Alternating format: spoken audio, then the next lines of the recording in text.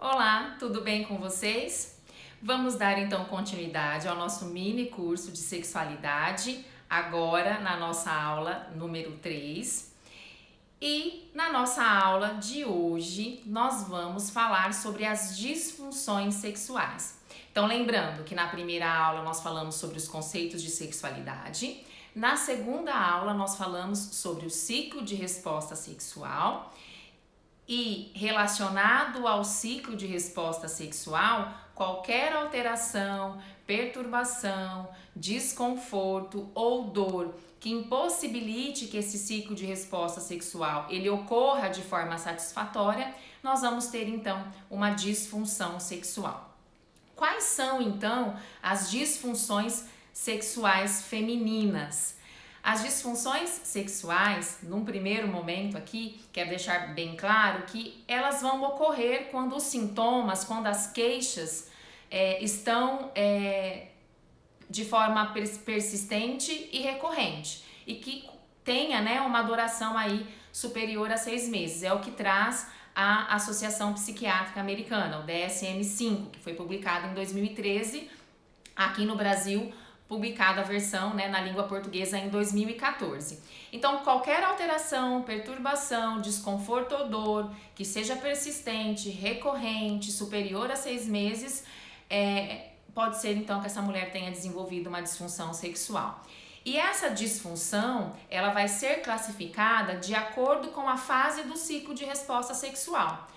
Ou seja, se é uma mulher que chega com uma queixa de falta, né, de desejo, que não está com vontade mais de ter aí um contato, né, íntimo com a sua parceria, que não pensa mais em sexo, que não quer pensar, que já está cansada, não quer, não tem vontade, é mais ou menos esse tipo de relato que chega. Então, se ela tem uma queixa que está relacionada com o desejo, nós vamos dizer então que ela tem, ou podemos dizer então, que ela tem um transtorno de desejo, também conhecido como transtorno de desejo sexual hipoativo. Esse desejo ele pode estar diminuído por vários fatores. Podem ser fatores emocionais, podem ser fatores do relacionamento, podem ser fatores orgânicos, podem ser fatores socioculturais. O que a gente percebe é que nas disfunções sexuais, né, boa parte delas, há uma mescla de fatores que contribuem para o surgimento da disfunção sexual. Mas existem fatores orgânicos, como por exemplo, fases da vida da mulher em que essas disfunções sexuais costumam ser mais presentes. Temos alterações, inclusive, no nosso desejo, na nossa libido, no ciclo menstrual. No próprio ciclo menstrual, aí, que em média é de 28 dias, tem uma fase do ciclo que a gente está mais disposta a ter contato de intimidade e outra fase do ciclo menstrual que a gente não está tão disposta. Geralmente, a nossa disposição é maior no nosso período fértil. Isso pensando, né, numa mulher aí, uma mulher mais jovem.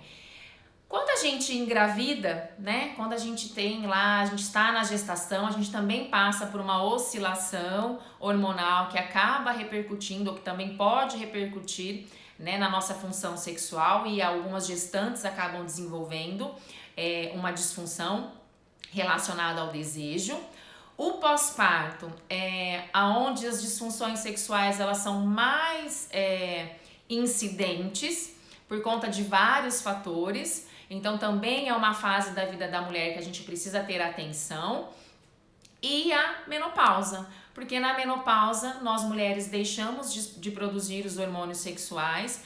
Esses hormônios, né, a ausência desses hormônios provocam um impacto na nossa genitália. Então a nossa mucosa vaginal fica mais fininha, fica mais sensível.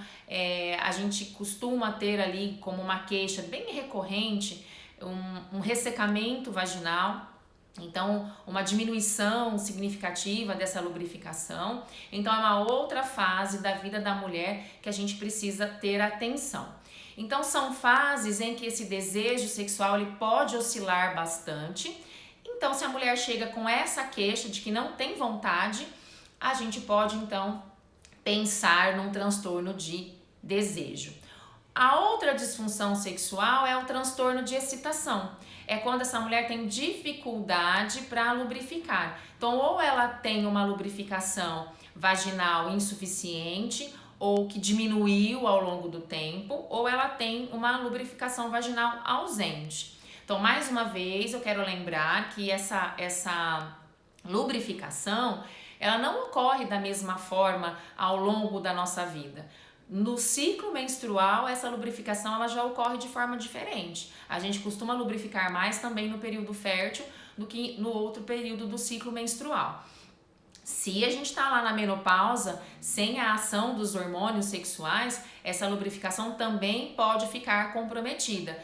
Mas o sexo, ele não é só genital. O sexo, ele é mental também.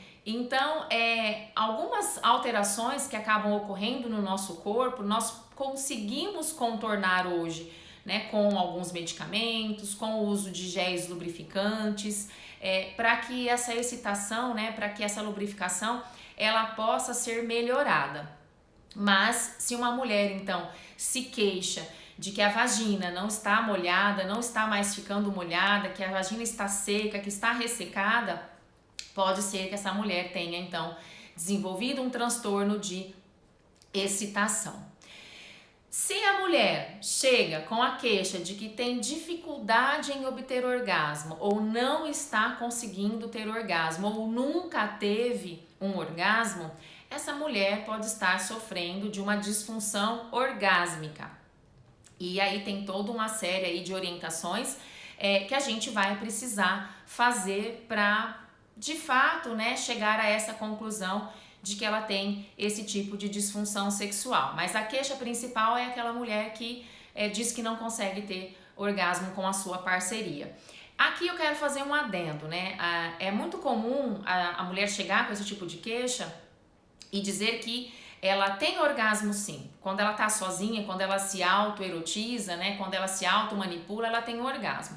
Mas junto com a parceria ela não tem. E ela gostaria de ter junto com a parceria, ao mesmo tempo, durante a penetração.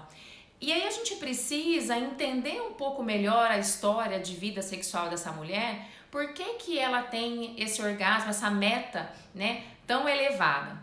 Por que ela quer ter ali esse orgasmo só na penetração ou apenas na penetração e ao mesmo tempo que a parceria. A gente precisa explicar que o tempo é diferente para homens e mulheres. Nós, mulheres, precisamos de muito mais tempo, de muito mais estímulo, ou seja, de uma preliminar muito mais com qualidade, né, qualitativa, para que a gente possa disparar o reflexo orgásmico. Enquanto para os homens, isso é mais rápido de acontecer, então nós temos tempos diferentes, por isso que é muito difícil a mulher conseguir ter orgasmo ao mesmo tempo que o homem durante a penetração.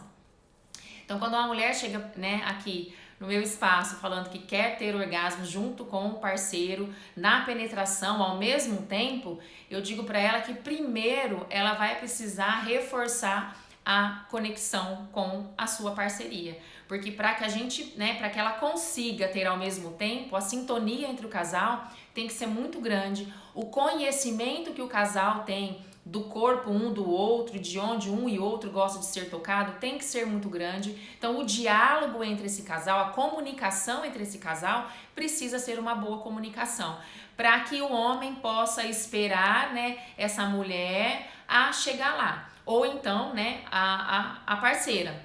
Então precisa haver ali uma sintonia muito grande. Então a disfunção orgásmica, a gente precisa estar atento aí com a forma com que essa mulher relata essa queixa. E como é que a gente vai descobrir, né? Existe um exame que detecta uma disfunção sexual? Faça um exame que sai lá o diagnóstico de transtorno de desejo / excitação? Ou que sai um diagnóstico de vaginismo ou de dispareunia?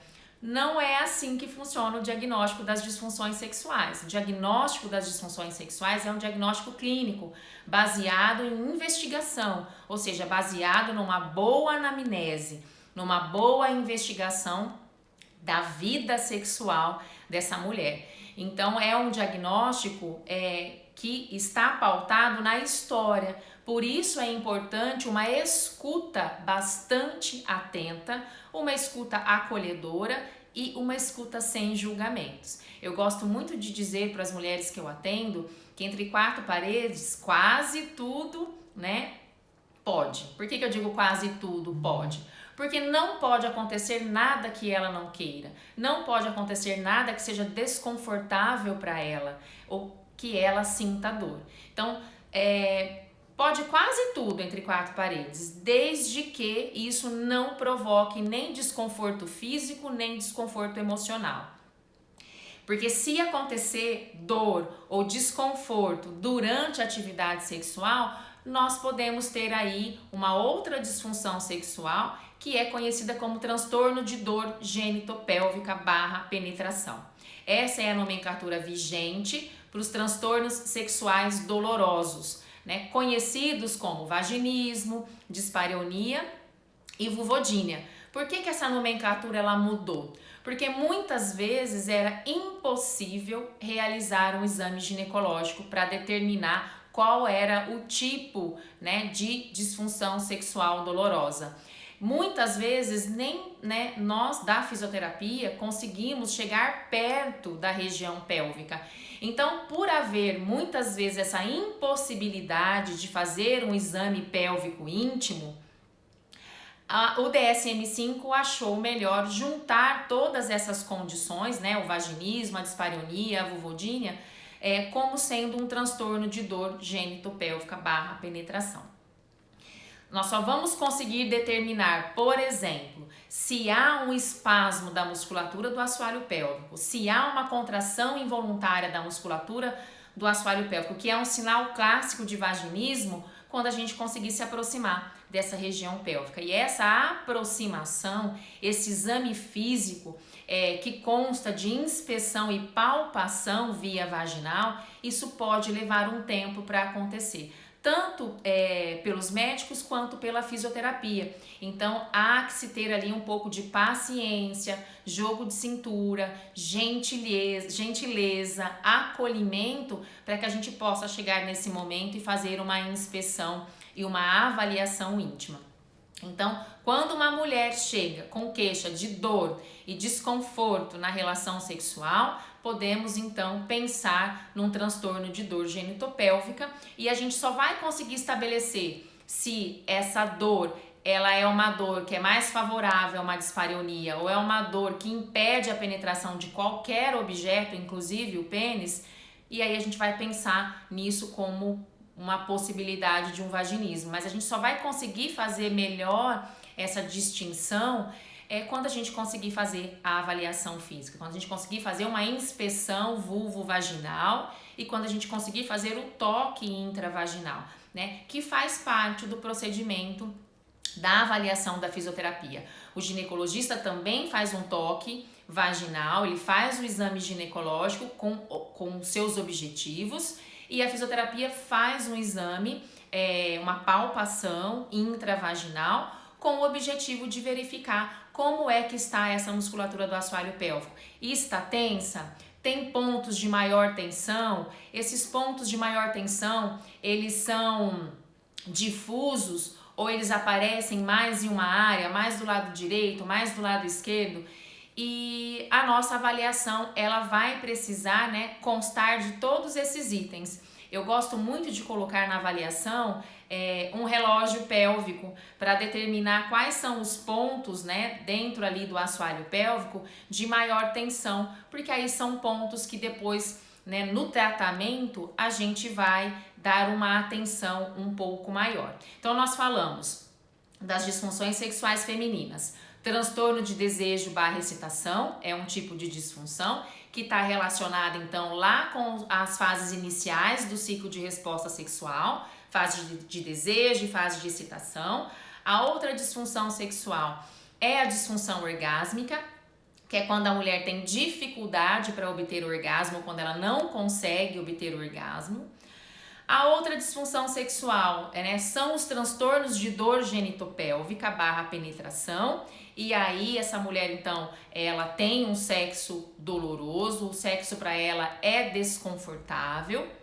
Então, ela pode ter ali desde uma queixa que fala mais a favor de um vaginismo a uma queixa que fala mais a favor de uma dispareunia ou de uma vulvodínia.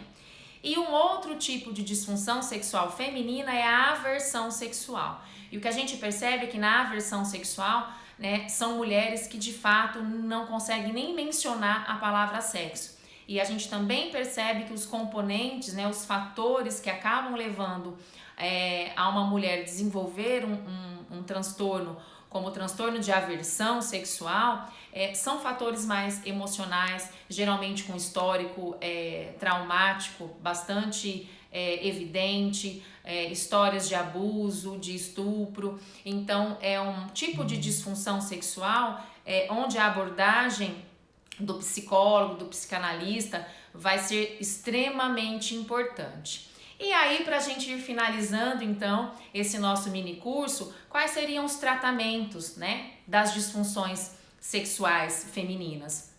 O tratamento dessas disfunções, o ideal seria que pudesse ser através de uma equipe multidisciplinar, Se houver a possibilidade dessa mulher passar por uma equipe, que vai avaliar e que vai dar continuidade ao tratamento, seria o ideal dos mundos, Uma equipe formada por médico ginecologista, por fisioterapeutas pélvicos e por psicólogos e psicanalistas. Então, esse é o ideal. Existe, ambulatórios específicos que acolhem essas queixas. Inclusive, eu fiz parte, da criação de um desses ambulatórios. Existe na Unifesp o Ambulatório de Sexualidade Feminina, conhecido como Projeto Afrodite, que junto com a doutora Carolina Ambrogini e a psicóloga Mara Pucci, nós fomos nós que criamos esse ambulatório. Hoje eu não estou mais em São Paulo, então não faço mais parte da equipe desse ambulatório, nem a Mara. A Mara também seguiu por outro caminho, também mudou de cidade, mas a doutora Carolina Ambrogini continua à frente do ambulatório. E a nossa ideia na época foi justamente poder oferecer um tratamento multidisciplinar. Então, todas as pacientes do ambulatório de sexualidade da Unifesp passam por avaliação médica, ginecológica, passam por avaliação psicológica e passam por avaliação fisioterapêutica. E o tratamento, ele também é um tratamento que engloba essas parcerias entre as profissões. Então, esse seria o ideal dos mundos. Mas e lá no nosso consultório? E lá na nossa clínica? Nós não temos uma equipe, então nós temos que ter uma boa rede de apoio, porque nós vamos precisar da ajuda do ginecologista e nós vamos precisar da ajuda do psicólogo. Para que a gente possa oferecer a melhor conduta terapêutica para essa mulher que vem nos procurar, então, com algum tipo de queixa relacionada, ao seu ciclo de resposta sexual. Então, os tratamentos, eles podem ser desde tratamentos clínicos, medicamentosos, por exemplo, que aí a ginecologia é que vai estabelecer ali se vai fazer uma reposição hormonal, se vai fazer o uso de um antidepressivo, de um ansiolítico, se vai fazer uso de um anti-inflamatório. Então, medicamentos vai ficar então a cargo da medicina, vai ficar a cargo, então, do médico ginecologista. Porém, a gente sabe que, especialmente nos quadros de dor, o que acontece no nosso corpo quando a gente sente dor? A nossa musculatura tensiona, e essa tensão muscular acaba gerando espasmo, que gera mais dor, que gera mais espasmo, que gera mais dor. Então, vira um ciclo vicioso. E um dos principais objetivos da fisioterapia no tratamento, do transtorno de dor genitopélvica / penetração é justamente de quebrar esse ciclo vicioso de dor, trabalhando então com vários exercícios de respiração, de relaxamento, massagem perineal, alguns recursos da eletroterapia para quebrar esse ciclo vicioso da dor, espasmo e dor. Então, tudo que se refere à parte muscular, ou a melhorar o desempenho da função muscular, ou a diminuir a tensão muscular do assoalho pélvico, aí já é competência da fisioterapia. Mas a fisioterapia vai atuar lá nas disfunções, né, de desejo, de excitação, também podemos atuar nessas disfunções. Mas a maior, né, a principal disfunção sexual que nós fisioterapeutas pélvicos atuamos é o transtorno de dor genitopélvica. Mas nós temos recursos dentro da fisioterapia para auxiliar nessas disfunções, né, que foram mencionadas aqui na aula. Então, se eu tenho uma mulher lá que tem uma queixa de desejo sexual, essa queixa pode estar relacionada com uma resposta genital baixa. Então, de repente, essa mulher está ali com pouca lubrificação ou quase nenhuma lubrificação, e nós sabemos que os exercícios de fortalecimento da musculatura perineal, os exercícios para os músculos do assoalho pélvico, eles promovem uma melhor irrigação para essa região pélvica, uma melhora da irrigação para o conduto vaginal, e essa melhor circulação nesse local pode auxiliar essa mulher que tem essa queixa do desejo, essa queixa aí que está mais relacionada à lubrificação vaginal. Nós podemos também disponibilizar ali alguns recursos da eletroterapia, tem até uma corrente mágica, né, que existe até um artigo publicado, que é uma corrente, a nossa corrente do dia a dia, a corrente que a gente utiliza na fisioterapia, para tantas, né, outras queixas, que nós podemos fazer a utilização para melhorar também a irrigação, a circulação dessa pelve, e com isso também acabar melhorando a lubrificação vaginal. Então, em relação à parte muscular, a competência da fisioterapia. Então, precisamos, é claro, compreender como é que essas disfunções ocorreram, e na nossa avaliação pélvica, né, os achados da nossa avaliação vão então nos direcionar para a melhor conduta. Se lá na minha avaliação essa mulher apresenta um grau de força muscular muito pobre, uma musculatura que mal contrai, possivelmente a resposta dela ao sexo estará comprometida, porque a musculatura do assoalho pélvico participa ativamente da função sexual. Então, se eu tenho uma musculatura pobre, eu vou ter uma resposta sexual pobre também. Então, se lá na minha avaliação essa mulher tem fraqueza muscular, tem flacidez vaginal, então nós podemos utilizar os recursos que vão promover uma reeducação, um fortalecimento dessa musculatura. E aí pode ser com exercícios ativos, com exercícios assistidos, com o uso de vibradores, com o uso de cones vaginais, com o uso de bolinhas tailandesas, com a eletroestimulação intracavitária. Então, há vários recursos da fisioterapia que a gente vai poder utilizar quando nós encontramos um assoalho pélvico hipoativo, que a atividade está diminuída. E quando a gente encontrar um assoalho pélvico hiperativo, ou seja, um assoalho pélvico cheio de tensão e dor, nós vamos utilizar recursos que promovam ou que favoreçam o relaxamento dessa musculatura. Também podemos usar recursos da eletroterapia, TNS, radiofrequência, laser, né, nesses casos de dor. Vamos lançar mão de muitos exercícios que possam favorecer um relaxamento global e um relaxamento local, né, na pelve. A massagem perineal é algo que a gente vai utilizar também como um recurso para ir dissolvendo aquela tensão dessa musculatura. E é importante, né, nesses casos mais graves dos transtornos de dor genitopélvica, que a gente utilize outros recursos, como vibradores, os massageadores terapêuticos. Eu gosto muito de utilizar o peridel, porque o peridel é um vibrador que tem ponteiras diferentes e a gente consegue promover uma massagem superficial e mais profunda. E o uso dos dilatadores é também muito importante para que a gente possa ir devolvendo para essa mulher condições para que ela tenha um sexo, né, com penetração. Então há todo um processo de construção que nós faremos, né, com essas mulheres com queixas, né, de disfunção sexual, para melhorar então a função muscular. E aquilo, né, em que o emocional está contribuindo para o surgimento, para o agravamento das disfunções sexuais, vai ficar então a cargo dos profissionais, né, da psicologia e da psicanálise. Muitas vezes a gente se depara com histórias muito tristes, né, de abuso, de estupro, de violência sexual, e isso marca essa mulher de uma forma muito significativa. Então também é importante um acompanhamento psicológico.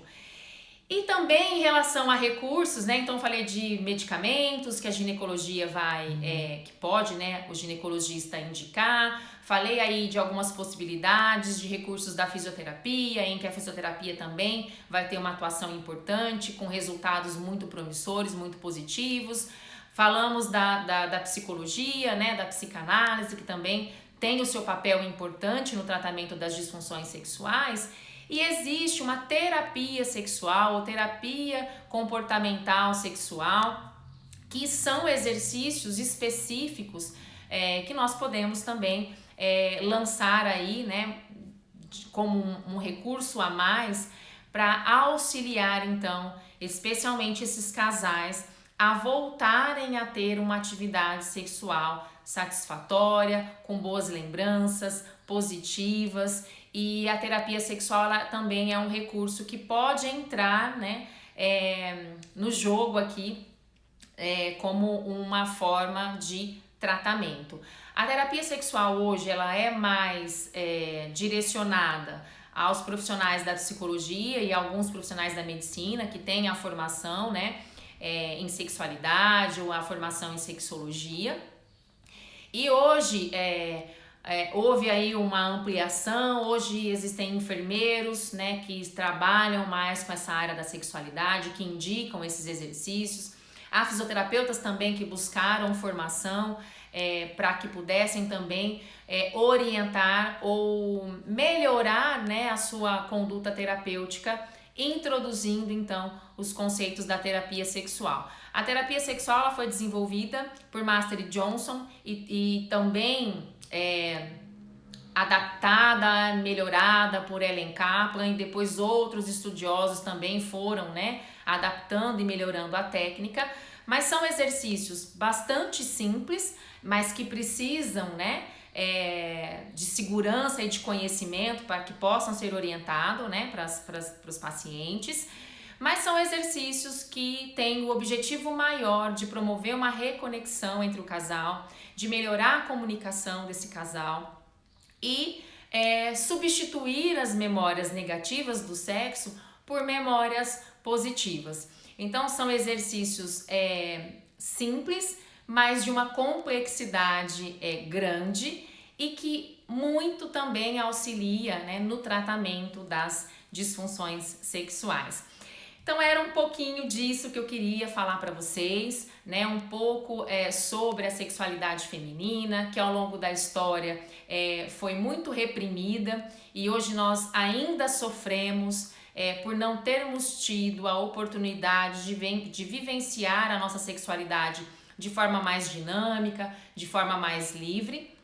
A gente tem conseguido agora vencer algumas barreiras, algumas crenças, alguns tabus, mas ainda existem mulheres, né, que sofrem com essas queixas, que sofrem, né, com a vida sexual, e a gente não pode esquecer que a função sexual, a vida sexual, faz parte da qualidade de vida. É um dos pilares que compõe a qualidade de vida. O sexo, ele é benéfico para o nosso corpo, ele é benéfico para a nossa alma, desde que ele seja bom, desde que seja prazeroso. Então, existem vários estudos que comprovam que durante a atividade sexual a gente libera os hormônios da felicidade, e esses hormônios da felicidade são importantes para manter a nossa saúde. Por isso que a vida sexual faz parte de um dos pilares da qualidade de vida. E nós, profissionais da área da saúde, fisioterapeutas, médicos, psicólogos, enfermeiros, nós somos a linha de frente, né? Somos nós que colheremos aí algumas informações relacionadas ao exercício da sexualidade, né, das nossos pacientes, e é importante que a gente tenha conhecimento, que a gente tenha algum preparo para lidar, né, com esse tipo de queixa. Se a gente não trabalha na área de sexualidade e não deseja trabalhar, tudo bem, mas ter um pouco de conhecimento para poder direcionar essa mulher, né, a buscar ajuda profissional é importante. Então, perguntar sobre a vida sexual dos nossos pacientes, das nossas pacientes, é importante sim. Todos nós, profissionais da área da saúde, devemos perguntar como anda a vida sexual dos nossos pacientes para que a gente possa direcioná-los, né, a buscar ajuda. Se não formos nós a tratar essas disfunções, que possamos ter aí uma boa rede de apoio e que possamos encaminhar esse paciente ou encaminhar essa paciente, essa mulher, para que ela possa ter ali tratamento, porque sim, as disfunções sexuais, tanto as femininas quanto as masculinas, têm tratamento.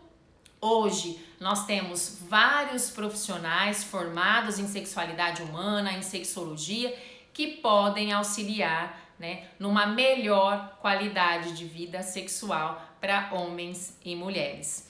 Vou deixar então aqui na descrição desse último vídeo um link para que vocês possam ter acesso ao certificado desse mini curso. Continuem me seguindo nas redes sociais. Quem não me segue, meu Instagram é @masterpélvica. E aqui no YouTube, deixem aí um comentário, deixem aí um joinha e continuem me seguindo que eu estou preparando aí novidades para o meu canal. Beijo para vocês, obrigado por estarem comigo até aqui e aguardem que tem novidades por aí. Até a próxima. Tchau, tchau.